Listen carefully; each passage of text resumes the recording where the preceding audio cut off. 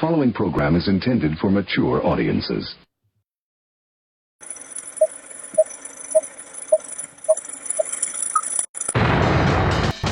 Rudy's Revelation.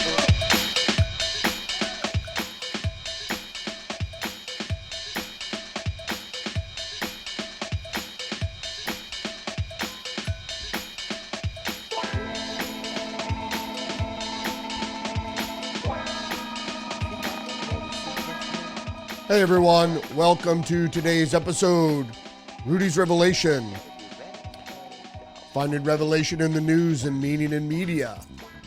All right, today, right after the trade negotiations with communist China reneges on their rare earths, limiting contracts to 6 months for U.S. businesses. Also, the Democrats further, or I should say admit, their ideology by pushing liberation theology and other,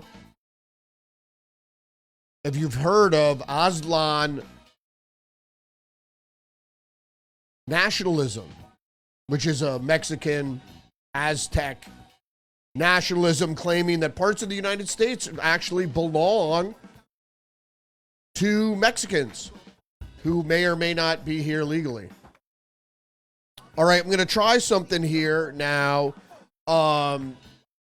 So I'm going to try something here, kind of reinstituting back when I originally had the podcast on Sunday only. I had a word of the day, so I might continue that. Let's just go with the word of the day now and see how people feel about it. The word of the day, we're going to take it from Merriam-Webster. Word of the day for June 12th, I guess it is impute. To impute something, such as a motive, act, or emotion, to a person or thing is to assert that that person or thing is guilty of that motive, act, or emotion. So impute means to assert somebody has a certain motive when it hasn't necessarily been proven out or not, or assert that somebody has, or infer that somebody has a certain motive, act, or emotion that they may or may not have. Impute. All right, so let's get into the headlines for today, June 13th. So let's read the news. We're going to start out here with China puts 6-month limit on its ease of rare earth export licenses. Tentative deal reached in London gives Beijing leverage in the talks. Trump wanted to get this done. He has to show some progress being made in the trade talks. But China is a slippery character. They often agree to things and then renege on them or go behind what they agreed upon. We could see it with the fentanyl crisis. Communist China continually goes along with what is suggested of limiting the precursor chemicals to fentanyl, limiting those shipments to the United States. But they don't. You know, they stopped assembling those components into fentanyl and shipping them directly here. That would put the onus on them and put the blame on them. So what they do is they ship the precursor chemicals to labs in Mexico, and the Mexican cartels put the drugs together to produce fentanyl. In line with this story on rare earth minerals, Reuters is reporting that China-backed militia secures control of new rare earth mines in Myanmar. That's the former Burma. Beijing-backed UWSA protecting new rare earth mines in Shan State. Mines being run by Chinese-speaking operators. Another bullet point here. China relies on Myanmar for rare earth imports, but has recently faced some supply challenges, and the rare earths offer Beijing leverage in trade war with the United States. It does, because although China has some, what they've done is gone around the world, and I've gone into this before, so I'm not going to digress too much, has gone around the world and secured these stores of rare earth minerals. Moving into other news, we can't stop talking about ICE and the riots surrounding ICE. So new chaos erupts as ICE protesters prompt state of emergency in Spokane, Washington. Local officials call for peace as officers take protesters into custody following a former councilman's call to action. See, this is the problem. We have on the Democrat, the leftist liberal establishment decide what to do here. They decide to call on their supporters to get into the streets. So if they're not doing it over social media, which they are, let's just get into the story. Spokane, Washington has now declared a state of emergency after protesters failed to cooperate with Mayor Lisa Brown's curfew that began at 9:30 p.m. So as I said, it leads up to martial law. So first it starts with a curfew, then it's a state of emergency, then it's martial law. So they didn't obey her curfew. Why should they?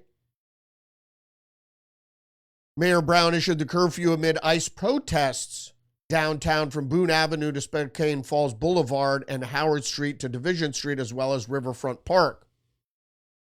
The protest began after former Spokane City Councilman Ben Stuckert issued a call to action, asking for support for the detainment of a Venezuelan man seeking asylum. First of all, this is an elected official calling for riots, because if you don't know what a call to action is now for a YouTube creator or online creator, call to action is, hey man, don't forget to engage the channel, like, subscribe, leave a comment, buy a t-shirt, give me a thumbs up, click that notification bell, share the podcast. That's a call to action. So it seems mundane.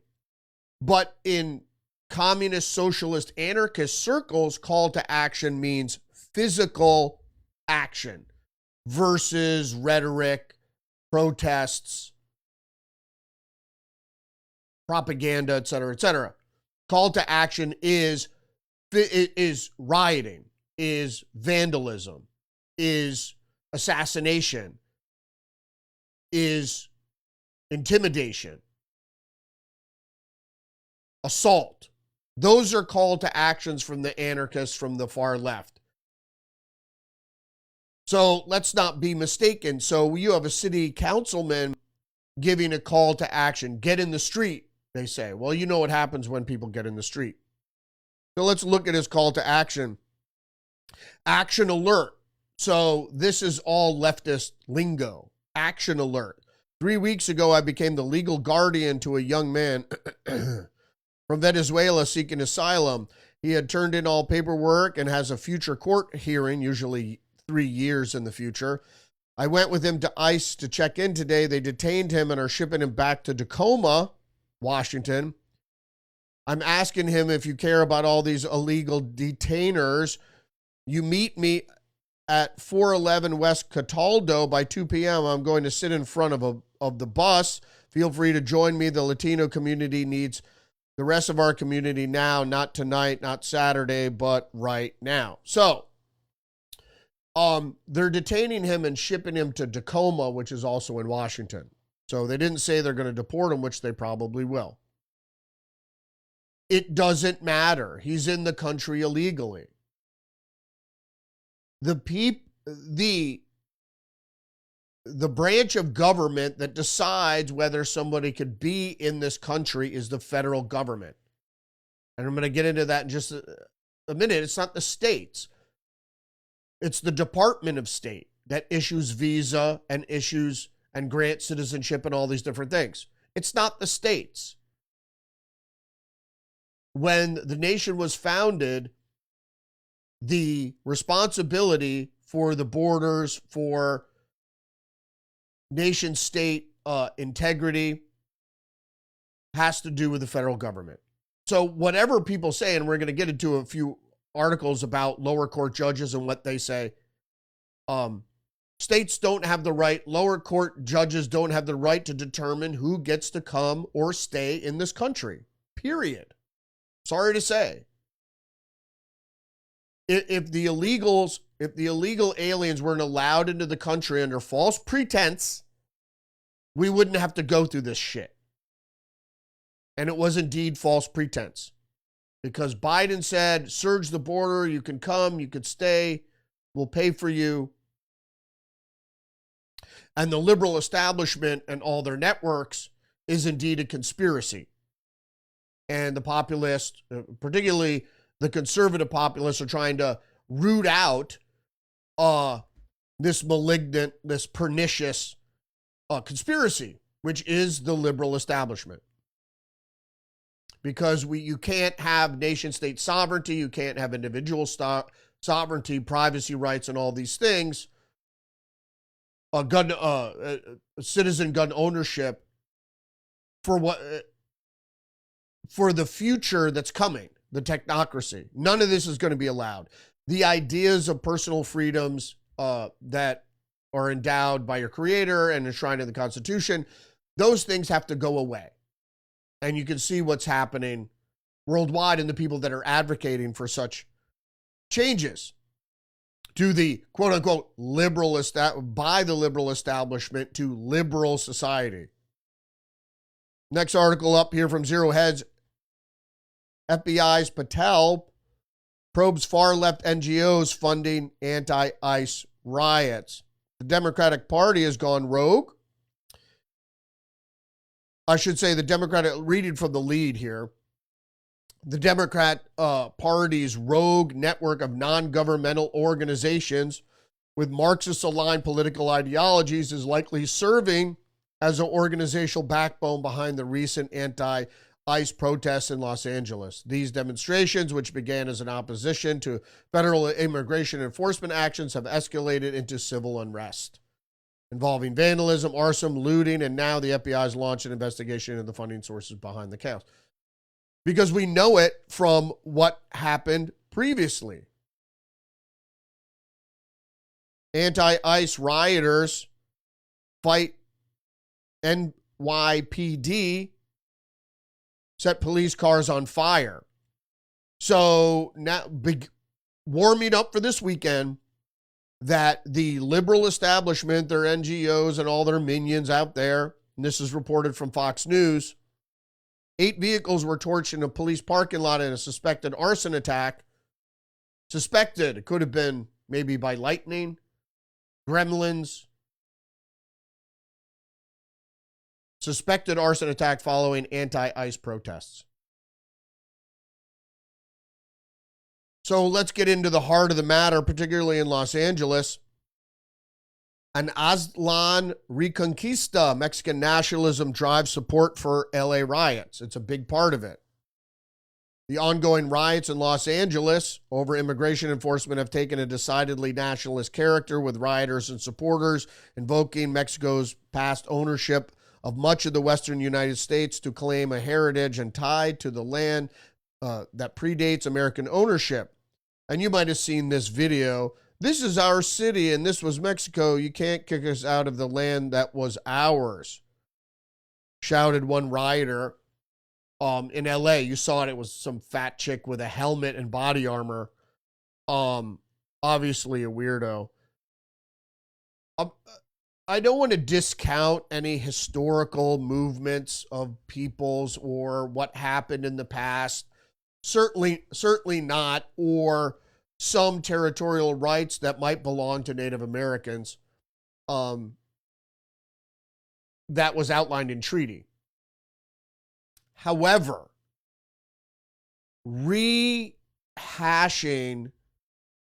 battles or land conquests that have occurred over hundreds of thousands of years and deciding to carve out ancestral homes for peoples is tricky business. So whether you want to carve out a state for the Palestinians who haven't had a sovereign nation of their own for 1,000 years, or Aztec or South American Indians who came here and want to claim land here, or the Kurds, or God knows who else. You know, this whole leftist thing, it's all liberation theology. Oh, we're a people, we want sovereignty. All right, well, you know, you want to fight it out? Good luck. That's the point. If you want to fight the U.S. federal government, have at it. Making claims about the sovereignty, and if you don't own property, technically, in the system that we're in, you don't have any right. And even if you own property, you still don't have the right to do whatever you want because it's within municipal boundaries and you have to abide by the laws of those districts. So let's get into what's Aztlan. It's also used by symbolism by the Chicano movement. The concept of Aztlan as the place of origin of the pre-Columbian Mexican civilization has become a symbol for various Mexican ethno-nationalist movements. In 1969, the notion of Aztlan was introduced by poet Arista at the National Chicano Youth Liberation Conference held in Denver, Colorado by the Crusade for Justice. There he read a poem which became known as the preamble to the El Plan de Aztlan, or El Plan Espiritual de Aztlan, due to its poetic aesthetic. For some Chicanos, Aztlan refers to the Mexican territories conquered by the United States as a result of the Mexican-American War of 1846 to 48. Aztlan became a symbol for activists who allege that they have legal and primordial right to the land. Cuckoo. I'm not saying that history doesn't mean something. It certainly does. But to stand on property owned by a nation state or a municipality or state or whatever, or a private citizen, and claim some cockamamie thing that this was once our land, well, it's not now. So, and since there are laws, you have to fight politically to gain something. So, and people try to do that, but you have to know that the waning power of the liberal establishment is not going to cater necessarily to the wants and whims of, let's say, people that want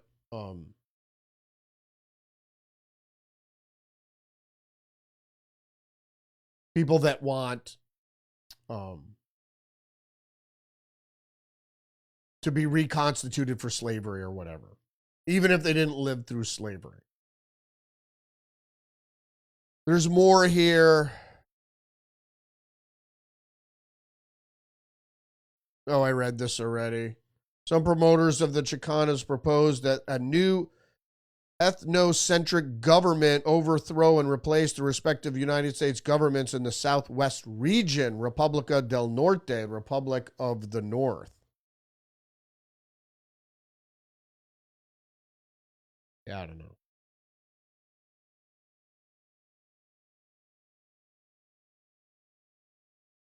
Let's move on. All right, so Fox News is reporting Fetterman issues do and do not list, doubling down on anti-violence message after calling out LA anarchy. The Democratic GOP colleague, Senator Dave McCormick, agreed. Win the argument, Fetterman's post read on X before the list, which indicates that people should not loot, light, shit on fire, or assault law enforcement, and they should protest peacefully, organize to win elections, and call out destructive behavior like this. Indeed. Earlier this week, Fetterman declared in a tweet, I unapologetically unapologetically stand for free speech, peaceful demonstration, and immigration, but this is not that. This is anarchy and true chaos. My party loses the moral high ground when we refuse to condemn setting cars on fire, destroying buildings, and assaulting law enforcement, indeed. Without a doubt.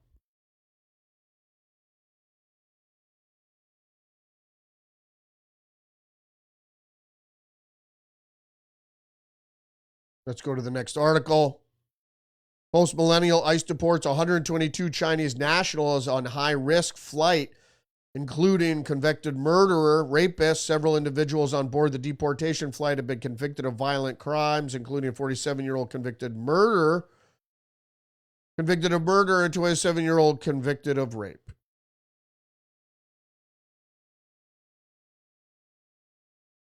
Reparations is what I was thinking about before.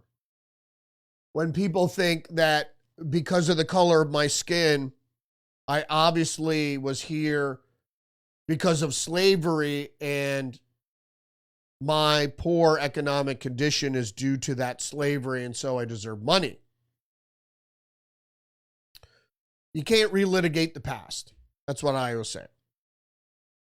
And that also fits into my idea that if a crime has gone 20 years without being reported and all of a sudden you jump on a bandwagon accusing somebody of something, you should have done it 20 years ago. Now, if you said something 20 years ago and it fell on deaf ears and you want to relitigate that, that's a different story. But deciding that you were a victim of someone 20 years ago and you never reported it till now is suspect. Federal agents capture alien accused of rape. This is from Fox News. Rape and assault, while LA politicians condemn ICE operations. Baldwin Park mayor previously issued a statement supporting undocumented immigrant residents amid federal operations. And this is the point. Is everyone being deported, convicted of a crime? Maybe not. But it doesn't matter. It doesn't matter. If you're here illegally, haven't been granted asylum, you don't have papers, you don't have a visa, then you can be removed. Amid fiery anti-ICE riots in Los Angeles, the Fox News article goes on to say, federal agents in Baldwin Park, California on Wednesday arrested an illegal Mexican national wanted for rape and other violent crimes. In an exclusive video shared with Fox, Arturo Duran Quevedo could be seen handcuffed near what appears to be a city hall building.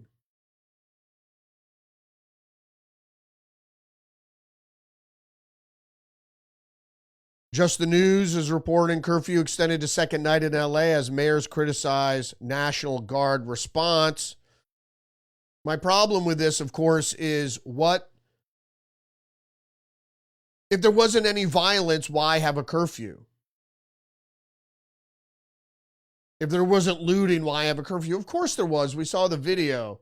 And like Fetterman explained, if you're attacking law enforcement, whether through fireworks or bricks or burning law enforcement property, destruction of property, breaking store windows, other vandalism, and or assault,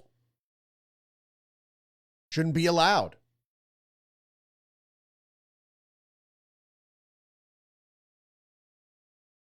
The LAPD said on X that it made 203 arrests for failure to disperse after a 10-hour curfew started at 8 p.m. Tuesday. Police officers quickly responded to large crowds still in the downtown area near Temple and Los Angeles streets. Most of the crowd ended up leaving the area. Other arrests Tuesday included 17 for curfew violations, 3 for possession of a firearm, 1 for assault with a deadly weapon on a police officer, and 1 arrest for discharging a laser at LAPD airship. So they were pointing their lasers at the helicopters. 2 officers were injured and treated. These actions are more insurrectionary than anything that happened on January 6th. January 6th was more of a protest than these ever are because there's seems to be not a lot of protests going on. It seems to be a lot of violence. It's not violence connected to, even if you were to occupy a municipal or federal building, that could be seen as a protest. But as soon as you engage in vandalism, assault, destruction of property, whatever, that's, that shouldn't be allowed. The Federalist, Mexican illegal alien charged with attempted murder for allegedly throwing Molotov cocktail during LA riots. Emilio Gordana Calvez, an illegal alien from Mexico, has been charged with attempted murder for allegedly heaving a Molotov cocktail at law enforcement during the Los Angeles riots, according to a statement from DHS. I have to say that there are a lot of illegal aliens getting arrested for protesting the apprehension of illegal aliens, as was speculated upon early on in these protests, and particularly riots, because we saw a lot of these people covering their faces and waving Mexican flags. Right? So if you have allegiance to another country, that is suspect.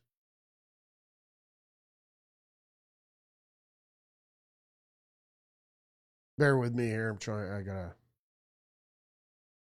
something. I will be doing my Rudy's Revelation reading recommendation, trying to bring that back as well. I'm going to do that later in the program. I should be over by now, so you're going to have to excuse my late start. Just couldn't make it happen today. I've been dealing with a bunch of personal shit that, if you ever have some personal shit going on in your life, it just drains everything that you try to do. All right, where were we? We're with the Washington Times. Here's the headline. Democrat governors will defend immigration policies before Republican-led House panel. The House Committee on Oversight and Government Reform posted a video ahead of the hearing highlighting crimes allegedly committed by immigrants in the U.S. illegally and pledging that the sanctuary state governors will answer to the American people indeed.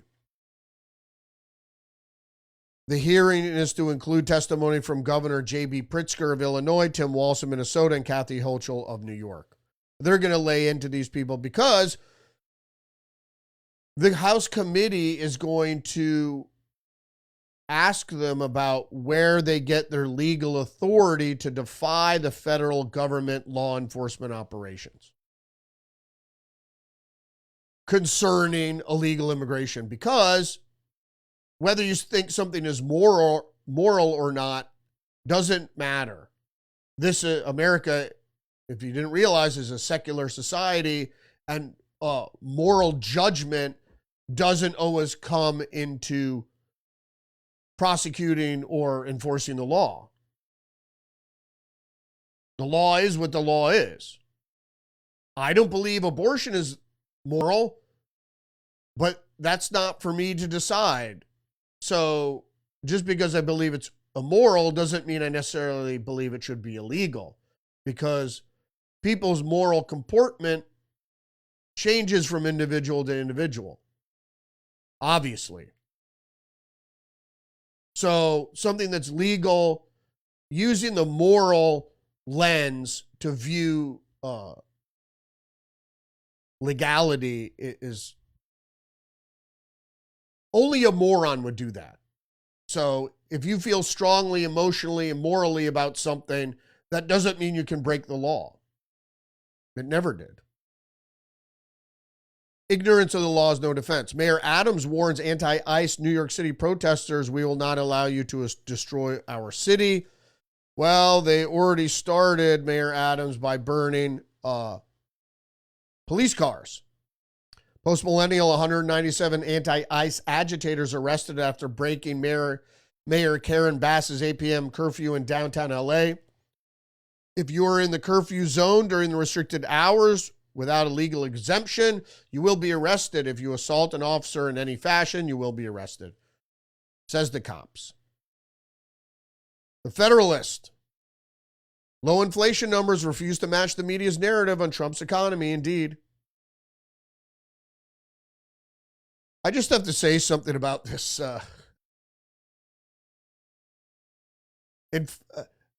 Tariffs don't cause inflation.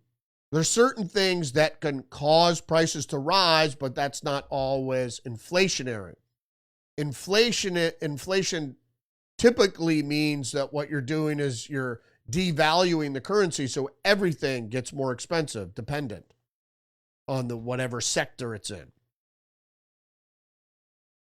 So low inflation numbers are dictating or basically stating the fact that the tariffs haven't affected inflation, and they didn't in Trump's first term either. People didn't know that. That was the biggest fight I had online with people railing that tariffs caused prices to go up for the consumer, not necessarily. And the inflation numbers are bearing that out. But as I said about this bill, there are a lot of things I don't like on the bill. I think they should be taken out, but specifically the AI protections. You know, I don't like the spending either, but we need this bill to jumpstart the economy because it looks like the Federal Reserve will not be helping Trump. California has no right to its own immigration policy. Karen Bass on Monday said, we need to stop the raids. She said, this should not be happening in our city. It is not warranted. On Thursday, the city was peaceful. On Friday, it was not because of the intervention of the federal government.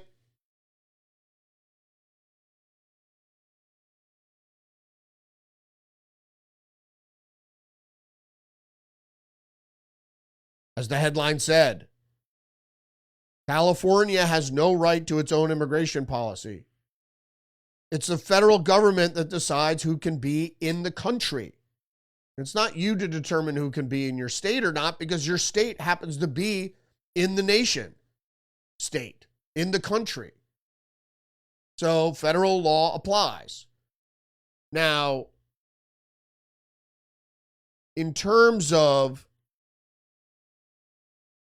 border security and national security, the federal government trumps states. In other instances, it's certainly debatable, but not in border enforcement, the integrity of the United States, the sovereignty of the United States is not determined by the various member states. When elected Democrats such as Bass and Waters and their allies in big labor, including Herta and the SEIU, call for action. Again, look at this, call for action against immigration and customs enforcement officers. They do not mean a peaceful protest. If they did, they would say so. The moment you put yourself between a federal officer and a legal immigrant that the officer is trying to arrest, you are committing an act of violence. I'm afraid so. That's the whole point. It's like there are laws, and that's it. And you hear people on all, from obviously from the left all the time going, fuck your laws. Fuck the Constitution. Fuck America. Fuck you.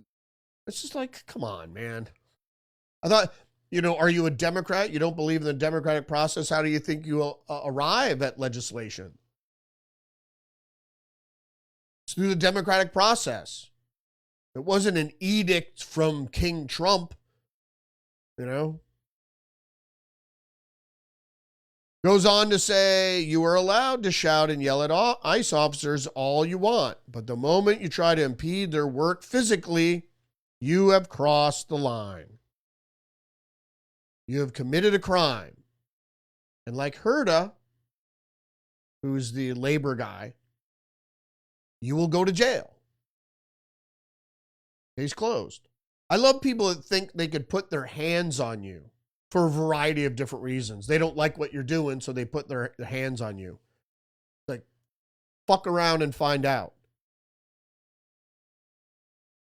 All right, going back to Democrat propaganda. No, ICE didn't raid an elementary school graduation in LA. In a video with more than 7 million views, a man tearfully claims, and we had Democrat politicians referring to this. Democrat politicians referring to something they saw, a video. They said a man, wasn't named, tearfully claims that Immigration and Customs Enforcement raided a Los Angeles elementary school graduation, leaving behind hysterical students whose parents fled the event to avoid federal agents. It's not true. It's not true. First of all, when I was in elementary school, I didn't have a graduation. And I think these sort of things, this helicopter parenting, this stupid achievement, regardless, I should say recognition or certification of achievement when you haven't excelled is ridiculous. That everyone gets a gold star, everyone gets a trophy kind of thing. All right, moving on. NBC News. Nationwide protests loom over Trump's upcoming military parade. Trump warned that the protesters at the parade will be met with a very big force. He drew no distinction between peaceful and violent protesters. I don't think he should do a military parade. I mean, it's really for the Army's anniversary, and it's getting conflated with the fact that it's Trump's birthday, and it's just, I don't believe in military parades. I'm not a militant. Washington Post, Trump backers call for Walmart boycott amid furor over no King's Day ad.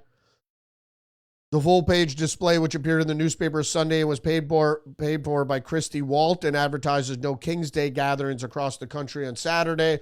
This is call to action and violence. The mobilizing events coincide with Trump's military parade in D.C. While the ad doesn't mention Trump by name, many of his followers interpreted it as a criticism of his actions and policies. We uphold the Constitution.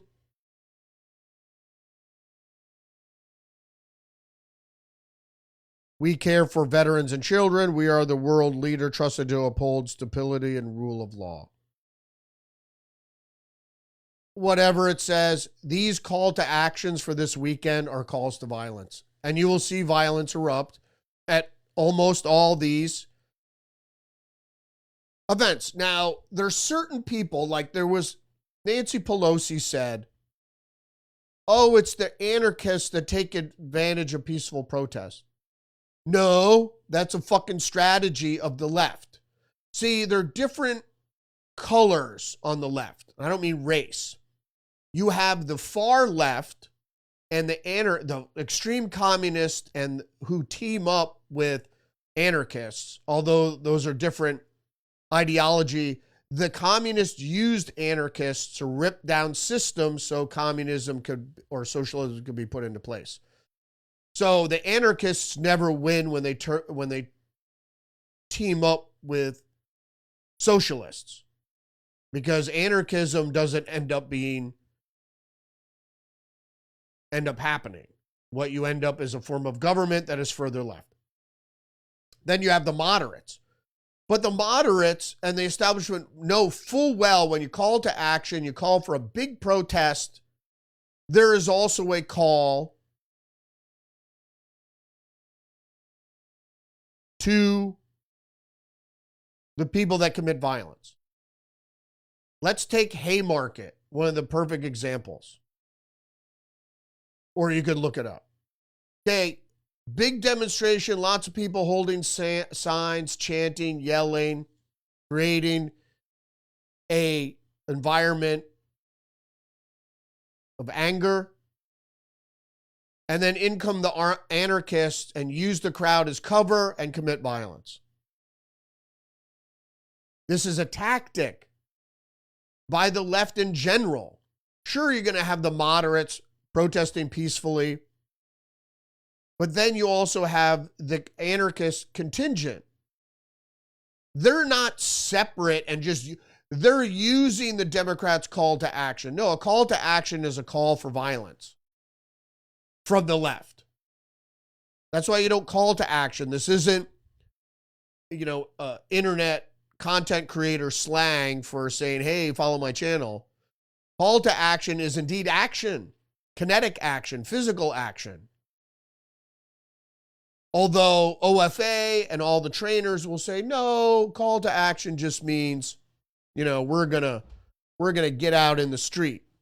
Well, when you get out in the street, you end up inspiring people to commit violence. More news from the New York Post. Federal judge rules anti-Israel activist Mahmoud Khalil cannot be deported or detained by Trump administration. Federal judge Makil Farbiars issued a preliminary injunction prohibiting federal officials from deporting him and arguing for his release. It's causing irreparable harm to his career, his family, and his constitutional right to free speech. Khalil is in the country legally. And yeah. He's in the country legally. He's got a green card, whatever. The State Department decides who can stay here, period. So revoke his visa, revoke his green card. Or you could release him from detention. But once you revoke his visa, he's not in the country legally. And the thing was, his visa, it was a student visa. So he's been out of college already for 2 or 3 years. I don't care if foreigners come here to study. I could care less. But when their study is over, bye. The majority of people that are here illegally, believe it or not, are here after being allowed into the country legally. I believe. More from the Federalist. Same-day registration is too easily gamed by the leftists. Indeed, same-day registration has become a way to flood the zone with mystery voters. Officials lack the time to validate registrations. Indeed. And that's the point. There's a lack of time to confirm the information that's provided. And that's why it was never allowed before. It's the same reason that there was never mail-in voting, because it invites fraud. UK Independent NPR newsroom was awash in sex, drugs, and rock and roll, complete with a staff cocaine dealer. Tell-all claims. It was a counterculture. Veteran journalist Stephen Oney says people were using cocaine for recreational purposes. Other times they'd have all-night edit sessions and stored a couple of lines, then just work. Yeah, okay. You can run your business however you want. The problem is it was getting federal funding that shouldn't be allowed. Cocaine is actually illegal. But the problem is a lot of the alternative community is not only promiscuous, but they're heavy drug users. And I don't think sex, drugs, and rock and roll. It's probably sex, drugs, and Cher and Barbara Streisand. I don't know. Club music. The Federalist. Again, new evidence suggests FBI agent involved with Crossfire Hurricane was a foreign spy. Who are they talking about? Charles McConigal. If you didn't know, he's a special agent in charge of counterintelligence in the New York field office. Tried to leave the country and was arrested. But then he went and joined the massive Brookfield Asset Management Fund as vice president for global security. Then was arrested. Turns out, not only was he involved in Crossfire Hurricane, but it's very likely he was involved in espionage after leaving at the FBI. Here's a clue. Within days of the U.S. Attorney Ed Martin's letter to McConigal's lawyer, McConigal sought to gag order against his former girlfriend, Alison Carrero, who was publicly claimed to have evidence that he was a spy. Counterintelligence division over the past decade at least has been one of the FBI's most polarized components. Did the FBI under Christopher Wray not want to investigate his own man, Never McGonigal, as possible Russian spy because it would reflect badly on the Bureau? That appears so. And it appears so because the FBI has never found wrongdoing when investigating the FBI. More headlines from the Washington Post. New Orleans pushes to legalize police use of facial surveillance. New Orleans is considering easing restrictions on the police's facial recognition weeks after the Washington Post reported that the police were secretly relied on the network of an AI-powered surveillance cameras to identify suspects on the street and arrest them. Well, what I have to say is that I've been in New Orleans several times, and I've read a lot about the New Orleans police force, and it's one of the most corrupt police forces, they don't want to hear this, obviously, in the nation, or has been. So one of the most corrupt police forces in the nation using facial recognition and AI-powered facial. I don't believe in facial recognition. I don't really believe in surveillance. Because the problem is that, especially state surveillance, if you want to surveil your own private property, to dissuade criminal activity, that's something else. But the state, municipal, state, or nation state, the federal government, either or, having all these cameras up and basically spying on you, license plate readers and all this other stuff, I don't believe in it. I think it's, no, I think it's a violation of your civil liberties, your individual liberties. Is that effectively digitally spying on you or having a computer spy on you, whatever it is, yuck. National Review, Hamas attacks Gaza humanitarian aid workers, killing at least 5. There's no real need to get into that. The fact that Hamas attacks Gaza humanitarian aid workers. If Greta Thunberg's selfie yacht ever reached Gaza, you don't know what the fuck would have happened. More international news. Chinese jets tail Japanese air patrol and close encounter. Fighters from China aircraft carrier followed an aircraft at close range, risking an accident. Doesn't really surprise me here either, is that, like I said, China is at war with the West. And so they're doing everything a nation at war would be doing, including exercising caution around their military apparatus. Bilderberg meetings, they have the list is out, and the list they release is not all the people that attend, especially this early. But I just picked out a couple. Stacey Abrams was who we have to worry about because she, with her newly minted couple $1 billion there, she is in the political milieu at the top, really.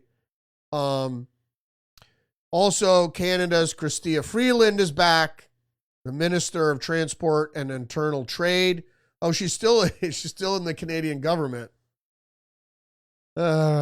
She's the worst. Her and Stacey Abrams is like the top U.S. official. And Fareed Zakaria, of course, we know of being there. He's always there as a media person. I mean, all these people are part of, people call the organization the New World Order. It's not really the New World Order's an agenda. And there's lots of New World Orders throughout time. It's when they want to remake the way the world is working into something new. But if it were an organization, it'd be the Bilderberg Group, the people that attend the WEF, Bohemian Grove, people that have proxies sitting on the Council on Foreign Relations, World Bank, all these other things. New York Post, Republicans clobber Democrats in congressional baseball game for a 5th straight year. 13-2 over the Democrats because liberals can't play sports.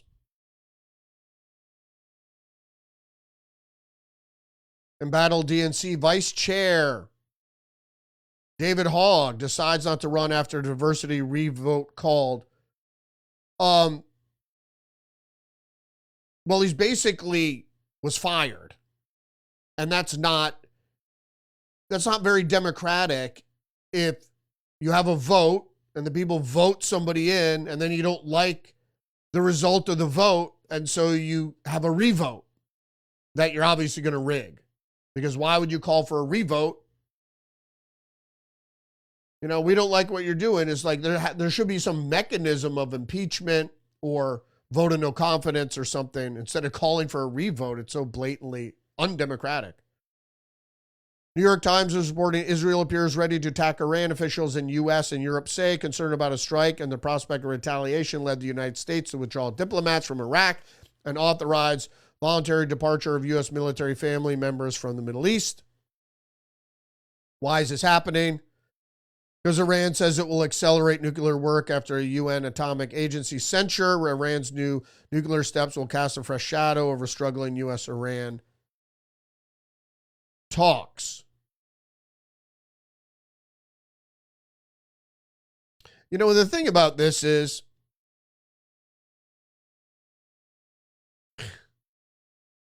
that they're trying to work something out with Iran.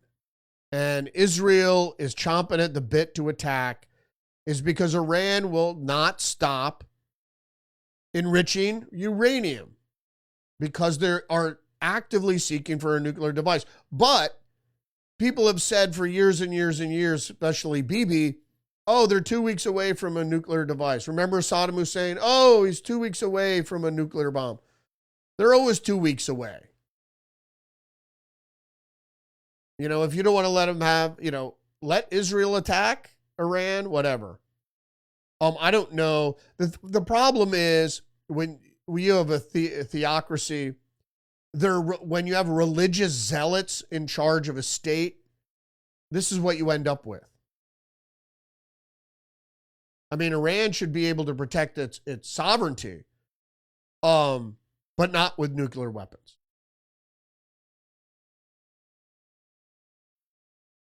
Zero Hedge reports nearly all Abrams tanks the U.S. gave Ukraine have been destroyed or disabled, with the exception of a mere 5. Federalist again, when faith meets stoicism, there's hope for us all. Indeed, there is. If you don't know anything about stoicism, you might want to read this book, Rudy's Revelation Reading Recommendation, After Stoicism, by Thomas Ward. Aims to the new interest in Roman philosopher Boethius.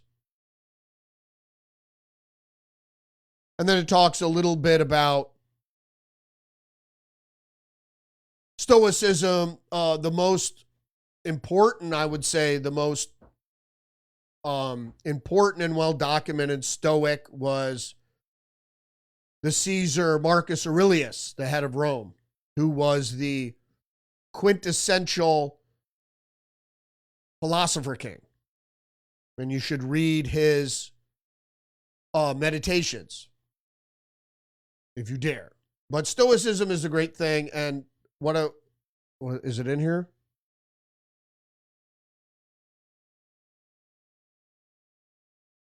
Oh no, I think I sent some text to my brother. So regarding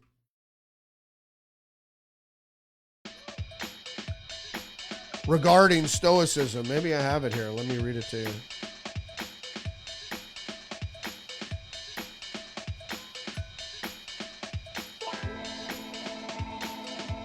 Thanks for joining me today. Don't forget to engage the channel, like, subscribe, leave a comment, share the podcast, give me a thumbs up.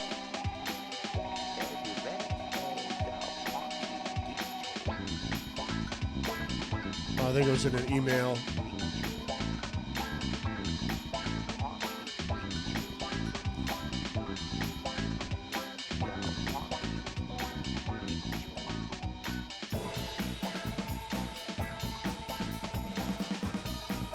Maybe it didn't go through. All right.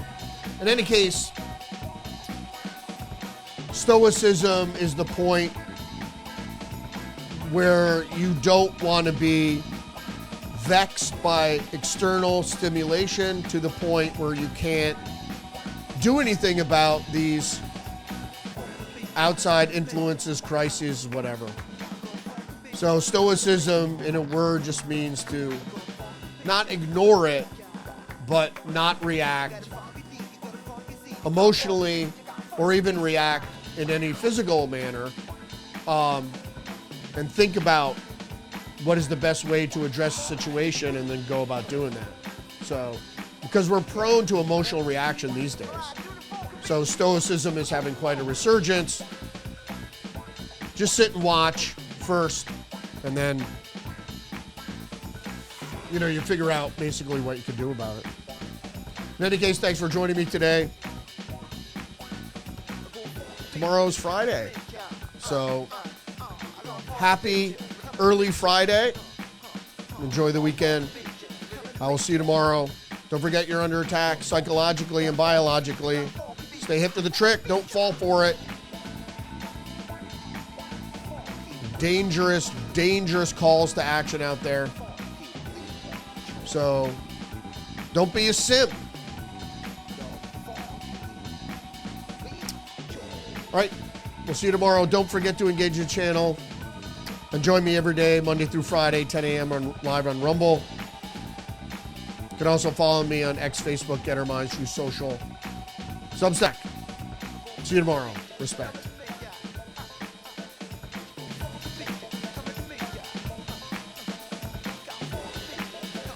You can't handle the truth.